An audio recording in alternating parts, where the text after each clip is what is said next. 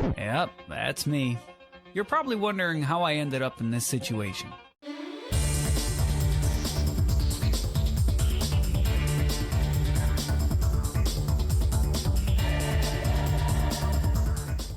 And welcome back to another Mugen Masterclass. Today we are working on the letter T, and this one is a doozy. I had many trial and errors to set this up before I wanted to show this video. So we're going to go over TargetBind, TargetDrop, TargetFacing, TargetLifeAdd, TargetPowerAdd, TargetState, TargetVelAdd, TargetVelSet, Trans, and Turn. I know it's a lot. So because it's all so much and it's all relegated to custom states, because when you hit someone and they're in their hurt state, they're your target. Once they recover and go back to stand, you don't have a target anymore. So the best way to showcase how they work is with a custom state, and most of them are used for custom state stuff. So starting with TargetBind. Binds the player's specified target to a specified location relative to the player's access. Now these are optional parameters: time, ID, and position. If you want to set an ID, you add it to your hit def. I did not do that. So for example's sake, you put ID equals 20, and that's the target's ID number when you hit them with this hit def. So what I decided to do for this, right, because this is such a complicated thing, I wanted to try to make it as easy as possible. I gave Kung Fu Man a running attack where he runs into you, and if he hits you, it puts you in a custom state. In the custom state, Kung Fu Man's gonna grab you and hold you up in the air indefinitely, and you as the enemy or whatever opponent, you're gonna play a custom animation. This is when you're hit as him running into you, and then this is him grabbing you by the face. This frame here, the reason there's two frames and the different group number is because I'm aligning the access to his fist. This way, all characters have 5002, and all of the 5012 and 5032 and so on, and all of them have that. They're supposed to have that. That's our standard for Mugen. So everyone has an aligned to face sprite. So with this, I can align this face and this face to his hand. So he's always holding you at the head. And then some other animations to help the effect. So once he grabs you, right, you're going to be stuck in a custom state. So let me show you. So now you're stuck in a custom state. We're going to go over the first one called TargetBind. Obviously, he's my target, and if you look to the bottom left, I dropped him. I have target equals 0. Once I hit him, he's my target. Using TargetBind, I'm going to bind him to this position where he is now, right here, and then this position where he is aligned to face right here. I've learned different ways of doing this, and this is how I thought was the best way to do it. You specify a time, you specify how long, your ID, which is who you hit. -1 means all IDs that you hit. So if I were to hit multiple people with this attack, I'd have multiple targets. But you know, -1's just every target you have. Then you specify a position. So that was the first time for 8 ticks. Then at 9 ticks for 4 ticks, and then 12 ticks for 4 ticks, and then 17 ticks for infinite ticks at this position. So this is how I used to do TargetBind. I never actually read the thing until just now. So according to Kung Fu Man and everything else, this is the better way to do it. You specify when to bind to this position, and your trigger is animation elem time. So pretty much any time frame 1 going to frame 3, which is these 4 ticks on this frame, these 4 ticks on this frame, and these 4 ticks on this frame. He's going to be bound to 30, which is 30 pixels in front of me. And from frame 3 onward to 4, sorry, that's 1 to, yeah, wait, that's 1 to 3. I think I messed this up. either way, it does work for whatever reason it does. Frame 3 to 4, he's gonna be bound up here. Actually, yeah. Why does this? I don't even know why this works. This should be 3 to 4. So 3. Okay. So this frame, and this frame. The first 2 frames, he's bound here in front of Kung Fu Man by 30 pixels. Because anim time less than 3, less than equals 0, sorry, means 1 to 2, basically. So 1 and 2, he's bound here. 3 to 4, he's bound here, a little bit back, not much back. And then from 4 onwards, which is this one, he's bound up here at this position. Now, why this is a better option than putting all those other codes is because I could change my time and it would still bind successfully because it's relative to my animation timing. So if I show you, it still binds correctly. And I know it looked kind of funky to go off with at the beginning, but it's probably because of different other reasons. 4 and then 4 and 4. I think it's just all 4s. Yeah. Okay.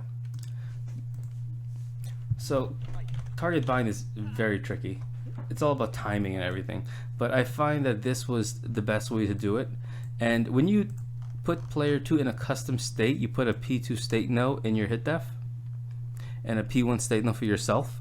And it's very important to have your pause time to 0. Having your pause time, it shouldn't, but it does cause issues where your character's delayed. So player 2 would enter the animation already, but you're still like doing the animation. So it's not very consistent. So always make sure your pause time is 0, 0. Your state, you have a P1 state number and a P2 state number, and fall equals 1, because you want them in a falling state. You don't want them to recover in a standing state in the air. I'm sure someone in the comment section may have a better idea for the pause time, but this always works for me, and I stick with it. So player 1's going to this state where he's holding him up in the air.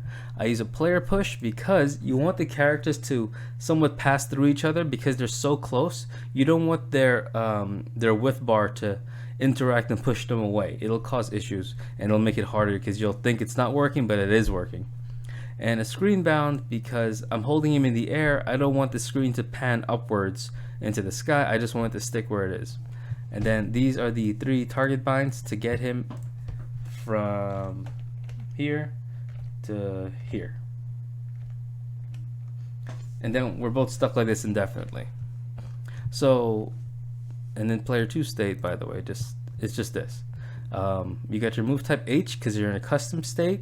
The enemy needs to be move type H, otherwise your target bind will not work. Target bind needs player 2 to be in move type equals H. You have your animation. You use change anim 2 to change the enemy's animation to whatever you want it to be. In this case, I used 5010, 5000, 5002, and 5062. Screen bound because you don't want them to what's the word? You don't want them to like pan the screen also. That's what the move camera part is for. And I have a self state. And I use the trigger not get hit var is bound because that's the only way to detect true if the player is the subject of an attacker's target bind controller, useful to prevent being stuck in thrown states. Meaning, if I am in this state, right, and my attacker, player 1, gets knocked down for whatever reason, I'm just going to fall down to state 5050. So if he gets hit, I'll fall down and I'll be safe and I can get back up and go back to control and continue to fight. If this is not here, then I'll just be stuck in the air forever. So it's always good to have a self state in a custom state to take the enemy back to their regular states. And I put not get hit var is bound, meaning you're not bound to do it. Okay, so that was TargetBind. I know it's kind of confusing, but to reiterate, because it's so much, use an anim time which you're greater than equal to and your ML time, which is your next frame, and your less than equal to, and then your position. If you don't specify an ID, it counts for all targets. If you don't specify a time, it's okay, because this is a constant trigger of every time animation 1 going onwards to animation end of animation 2, and animation 3 to end of animation 4, and then animation 4 onwards, and whatever else you decide. Next, we are going to target drop. It drops all targets from the player's target list, except possibly for those having a specified target number, useful for applying effects on only certain targets. I've never found a particular reason to use this, but I'll show you how it works. So once I grab him, I set it up in a way so if I push a certain button, out of the 6 keys, he'll do a different target thing. So this is target drop that I'm going to show you. Look to the bottom left, target equals 1. I press the button and he drops. I have no targets and he's back in his self state because he's not bound anymore. Why does he end up in the air? Because his axis, which is aligned to his head, is here in my hand. So when I return him to normal, his sprites are up here for the falling, but his axis is still here where it was. It's kind of tricky how to fix this. I never drop a target when they're high up in the air like that. I always try to drop them as they're going down to the ground. So when they're on the ground, or even, honestly, I don't even drop targets. So once you release a character back to a self state and they go back to their states and they enter stand, you lose the target anyways. You know, if you have target binds and other target code, you could still control them until they get control again. But most instances, if you grab someone for a custom state and you toss them, you're not going to really control them on the way down to the ground. But that is what a thing if you want to do. So that is how target drop works. Next, we have target facing. This is the code for target facing. Target facing. So target facing, you basically tell it where do you want them to face, right? If facing value is positive, all targets will turn to face the same direction as the player. If facing value is negative, all targets will turn the opposite of the player. And then if you specified an ID in the hit def, you can control that particular target. I don't have the ID code here. I tried not to use the ID code because without the ID code, it just means all targets. So I want all targets to do this. And this is kind of a tricky code, but not too much. An if-else code is basically if this first thing is true, do this. If it's not true, do this. So if target facing right, change to facing left. If you're not facing right, then face to right. So he has an option. Either he faces left or right based on whatever he's facing. So as I hold him up, I'll push the button. He'll change facing. So this is target facing right here if I wanted to change it. Next is TargetLifeAdd. Adds a specified, I can't pronounce that word the whole time, amount to all targets' life, scaled by the target's defense multipliers if necessary. Same thing as a regular, actually code that here, a regular life add. It's same sequence really. So I have target add and I put command Z. You can use whatever command you want and this will take away their life. I'm taking 50 away from his life. Can I kill him? Yes. Is it absolute? Yes. Absolute means it bypasses his defense. So when I push the button, he's gonna lose his life because he is my target and I can kill him forever. Okay. If I put a positive number, I can heal him. I don't want to do that. Next is TargetPowerAdd. It's literally a trigger and a value. So my trigger is command A, my value is -50. I'm gonna take his power by pushing the button. And this is how TargetPowerAdd works. I can also give him power if I ever wanted to for whatever reason. I could give him the power. But I don't want to do that either. That's bad. Okay, so next after that is TargetState. Makes all targets change to a specified state number.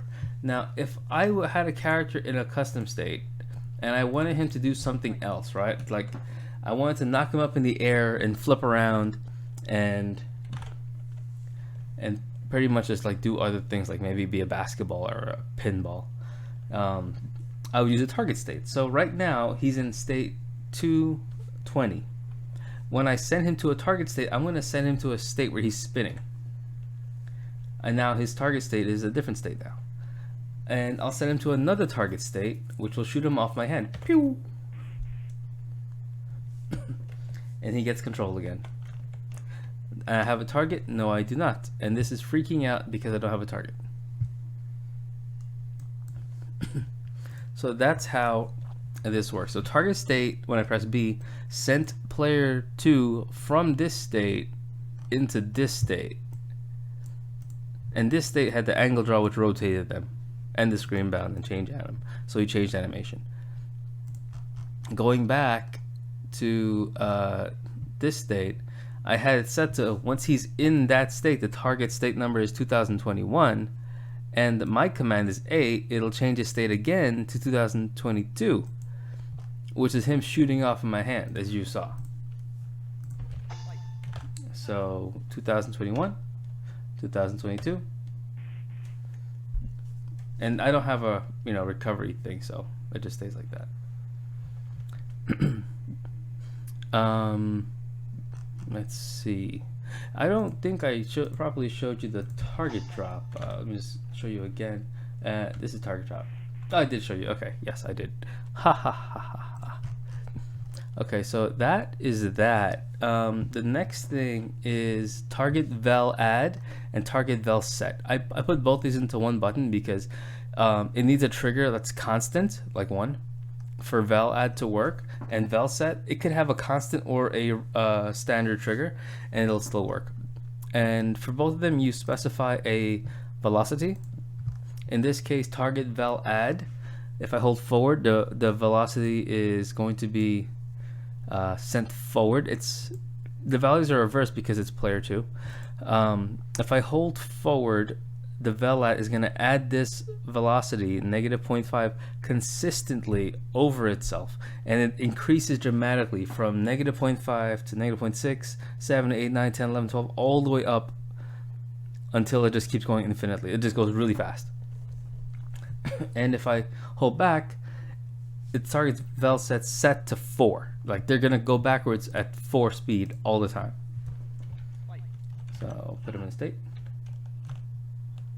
Also, when you lose it, when you change your VelSet, I know it's a funny little effect, isn't it? When you change their VelAdds or VelSet, they enter like a recovery state or a self state, where they are simply just falling to the ground. So going backwards is VelSet 4. Going forward, you see how fast it accelerated? That's the VelAdd going forward. Alright, so next we have trans. Override the player's animation transparency parameters for current game tick. Useful for special side effects. You have several trans types. You have default, which I've never seen default, honestly. It doesn't make sense to have a trans code if you're using default. It does nothing. Non, which has no transparencies. If you're doing an effect, you never want to use non. Add, which defaults to 2525. Same thing as an animation file. You probably noticed it in the animations. This number here, source and dest. Add alpha. Apparently it's deprecated on 1.1, which I never knew. And it's the same thing as you specify an alpha, and then add 1, which is like 256, 128, and then sub.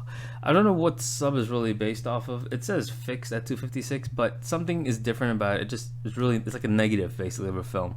And then the optional is alpha. So if you use add alpha, you have to use alpha.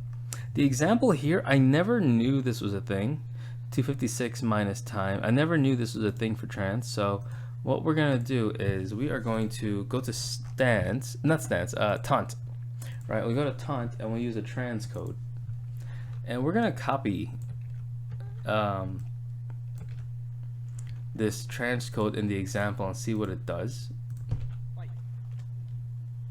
It really does fade in. That's kind of cool. It fades slow because of the time here. Let's see.